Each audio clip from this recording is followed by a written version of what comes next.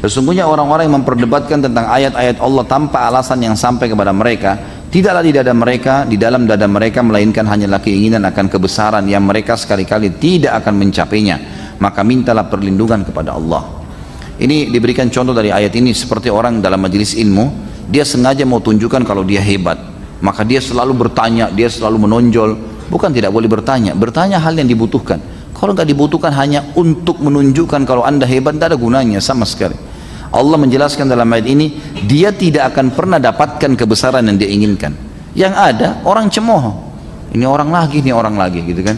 Seringkali dibahasakan begitu, mungkin karena tidak ada keikhlasan dalam bertanya. Kalau dia perlukan bertanya, pasti Allah SWT akan tunggangi tanda kutip, ya, untuk dia niatnya memang ikhlas, maka Allah tunggangi untuk menjadi kebutuhan bagi orang lain. Orang lain merasa, oh iya perlu nih ditanya, bagus nih, gitu. Seperti itulah. Kata Nabi SAW di dalam hadis ini diriwayatkan Imam Bukhari dalam Kitabul Libas dan Imam Muslim dalam Kitabul Libas juga.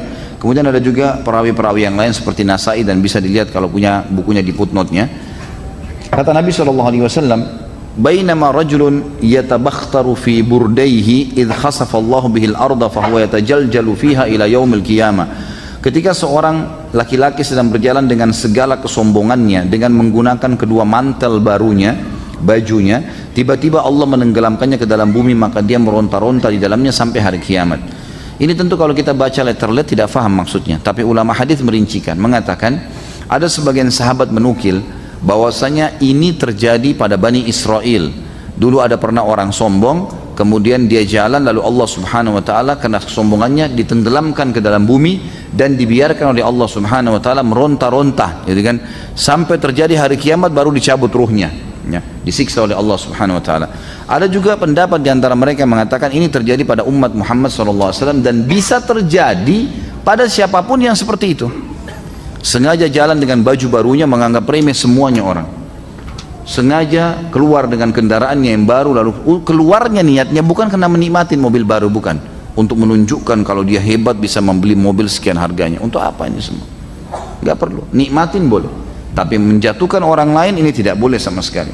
Dan ini penyebabnya bisa ditenggelamkan oleh Allah Subhanahu wa taala ke dalam bumi. Allahu alam bagaimana prosesnya itu. Ini ancaman dari Nabi SAW bagi orang yang sombong.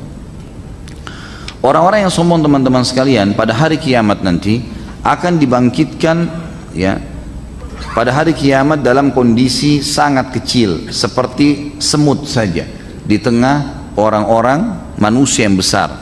Itu disebutkan di dalam hadis riwayat Tirmidzi dalam kitab Sifatul Qiyamah, dan hadis ini, ya, dijadikan atau disebutkan hasan oleh beliau.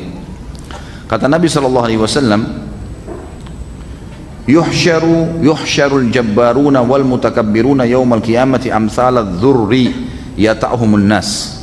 Orang-orang yang congkak dan sombong akan dikumpulkan pada hari kiamat bagaikan semut-semut hitam kecil yang akan diinjak-injak oleh manusia.